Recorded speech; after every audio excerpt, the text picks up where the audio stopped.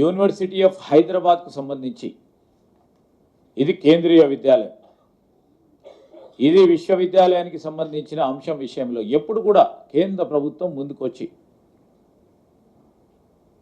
ప్రభుత్వాల పక్షాన ఈరోజు 1500 ఎకరాల 1600 ఎకరాలని ఎప్పుడు రాష్ట్ర ప్రభుత్వాన్ని కోరిన వైనం లేదు.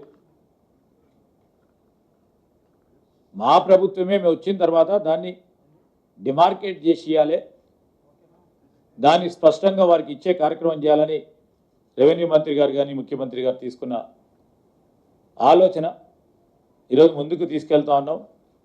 మేము చట్టబద్ధంగా ఏ కార్యక్రమం చేసినా ఎవరికి ఇబ్బంది జరగకుండా ఈ రాష్ట్ర ప్రగతికి సంబంధించిన అంశం విషయంలో రాజీ లేకుండా ముందుకు తీసుకెళ్లే ప్రయత్నం చేస్తాం. ఎవరు కూడా ఆందోళన పడదు, విద్యార్థులు ఆందోళన పడొద్దని, వారు ఇతర పార్టీలకు సంబంధించి ఎవరైనా ప్రేరేపణ చేస్తే దానికి దూరంగా ఉండాలని మేము కోరుతూ ఇప్పుడు పెద్దలు డిప్యూటీ సీఎం గారు బట్టి విక్రమార్క గారు మాట్లాడుతూ కోరుతాం.